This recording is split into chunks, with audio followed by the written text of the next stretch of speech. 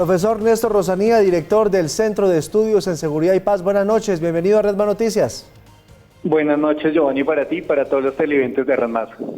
Bueno, profesor Rosanía, ¿de qué se trata todo esto? Surgen muchas dudas sobre la llegada de estos militares de élite y mucha gente se pregunta si este no es el momento de la mayor confrontación del Estado colombiano con el narcotráfico. ¿Por qué tiene que llegar un grupo, además de élite, que se supone que es lo mejor de los Estados Unidos, del ejército americano, a Colombia? ¿Realmente será esa intención de combate al narcotráfico o habrá algo más teniendo en cuenta lo que está pasando en la región? Pues Giovanni, hay dos variables interesantes acá de analizar. Lo primero es la estrategia que tiene hoy la política exterior de Donald Trump hacia América Latina en un momento clave. ¿En qué sentido? Donald Trump está viendo una de las crisis más fuertes por su política inadecuada frente a la crisis de la pandemia interna, el número de muertes que tiene allá, y frente a las críticas duras que ha tenido frente a un año electoral, su estrategia ha sido la de buscar el enemigo externo, estrategia que toda la había utilizado la dictadura de Maduro, que es cada vez que hay una crisis interna van y buscan un enemigo externo para bajar la presión interna. Entonces, Donald Trump ya envió un primer contingente hacia el Caribe latinoamericano, cerca de Venezuela, en teoría para el tema de narcotráfico con una característica, datos suministrados por las mismas autoridades. El 70% de la cocaína que sale en Colombia sale por la costa pacífica nariñense y caucana y no por el Caribe. Entonces, si es por un tema de control del narcotráfico, ese despliegue militar americano debería estar frente al Pacífico colombiano y no frente al Caribe venezolano, porque ahí la ruta fundamentalmente es aérea.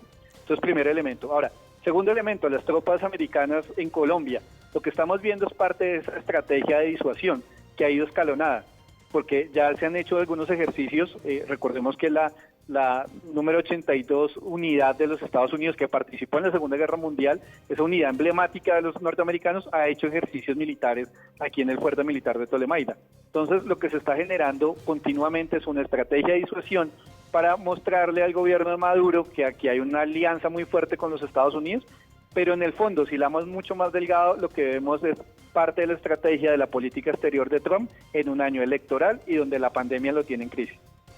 Profesor Rosanía, sobre ese tema en específico, si esto tiene sello propio, ¿por qué presentarlo como un tema de capacitación? Porque era evidente que el tema y la polémica interna frente a esa presencia justo en el momento de la pandemia, pues iba a hacerlo, digamos, escalar la polarización, la oposición frente al gobierno. Y la mejor forma siempre es decir que es la lucha contra el narcotráfico. Todo lo que uno diga que es lucha contra el narcotráfico de alguna manera queda justificado. Entonces decir que hay tropas en lucha contra el narcotráfico, entre comillas, no generaría tensión, pero lo que sabemos de fondo es que realmente, y la estrategia geopolítica que hay detrás es una presión al gobierno de Maduro, y aquí lo interesante de Giovanni es que no va a pasar nada en términos militares por una sencilla razón. Estados Unidos y el Pentágono, después de Irak y Afganistán, entendió que esas guerras internas, meterse a otro país, es el peor error que puede hacer Estados Unidos.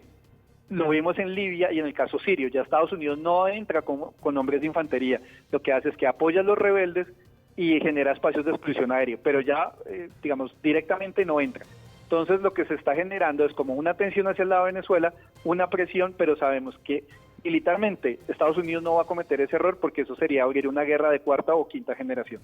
Profesor Rosanía, ¿usted se acuerda de la libretica de hojas amarillas que tenía el señor John Bolton, donde decía envío de tropas a Colombia y había una cifrita ahí que nos preocupó mucho, nos puso a pensar a más de uno? O sea que la cosa, así, según lo que usted nos cuenta, no va por ahí.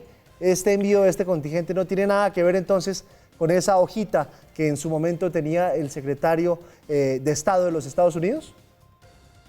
Pues yo, ninguna en política exterior no hay, digámoslo, no hay accidentes. Todo está muy bien calculado, tienen equipos de asesores y saben manejar muy bien los mensajes y cómo manejar esa disuasión, ¿no? Disuasión es como generarle incertidumbre o miedo a mi antagonista y que tengo la capacidad de poderlo agredir o atacar.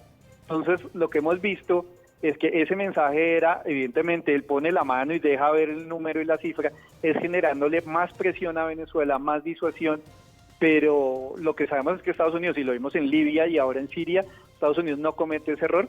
Ahora, ¿por qué no lo comete? Es porque Venezuela, que también leyó esa teoría de la guerra, ¿qué es lo que hace? y eso viene desde la administración Chávez, desde cuando Chávez sufrió el intento de golpe de Estado.